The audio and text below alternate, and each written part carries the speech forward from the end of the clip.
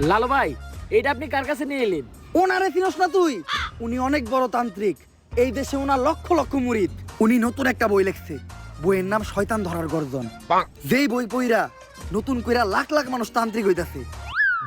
কিন্তু লালু ভাই, আশেপাশে তো কোনো তান্ত্রিক বা মুরিদ দেখতেছি না। আরে ওগুলা তো সব ফেসবুক আর টিকটকে। বাবা, সঞ্জনা নামের এক আত্মারে আমার ধরতে হইব বাবা। আপনি আমার সফল হওয়ার একটা উপায় দেন।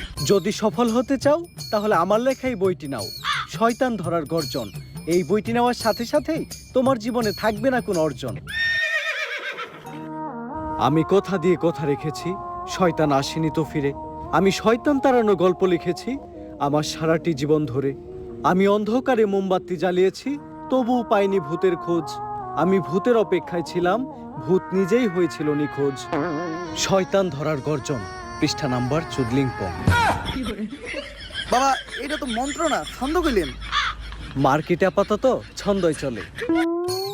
বাবা, বইটা একটা আমারও লাগবো। দাম কত এটার? মাত্র 1000 টাকা। 1000 টাকা দিয়ে আর কিনুম?